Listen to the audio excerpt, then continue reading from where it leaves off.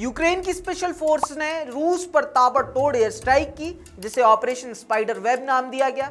Ukraine ने रूस के हवाई ठिकानों को निशाना बनाया और जमीन पर मौजूद 41 रूसी मिलिट्री एयरक्राफ्ट्स को तबाह कर दिया या नुकसान पहुंचाया। एक अनुमान के मुताबिक रूस के 30% से ज्यादा बम वर्षक बेड़े को यूक्रेन के ड्रोन अटैक से नुकसान हुआ है। इस हमले में यूक्रेन ने 100 से ज्यादा ड्रोन शिपिंग कंटेनर से उड़ाए, जिससे हमले को रूसी एयरबेस के पास से और बिना किसी एयर डिफेंस सिस्टम की नजर में आए अंजाम दिया जा सके।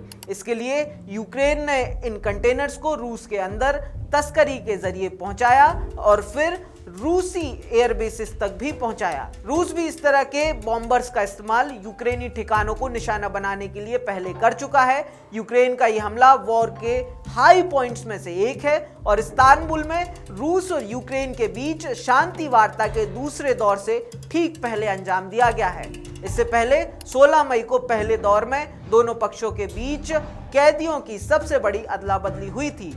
आकार, पैमाने और जटिलता के मामले में यूक्रेन ने दुनिया के सबसे बड़े हमलों में से एक को अंजाम दिया। यूक्रेन के ये हमले करीब 6000 किलोमीटर से ज्यादा की दूरी और 3 टाइम जोन्स के बीच किए गए।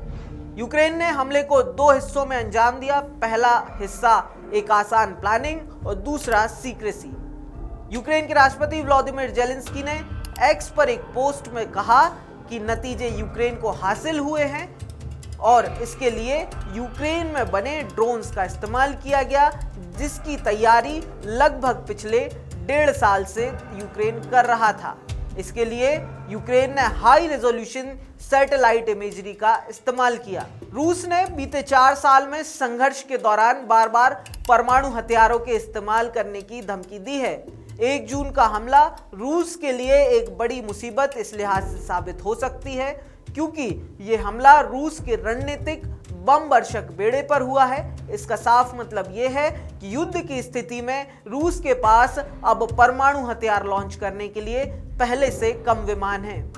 रूसी अधिकारियों ने 1 जून के यूक्रेनी हमलों के लिए जवाबी कार्रवाई की धमकी दी।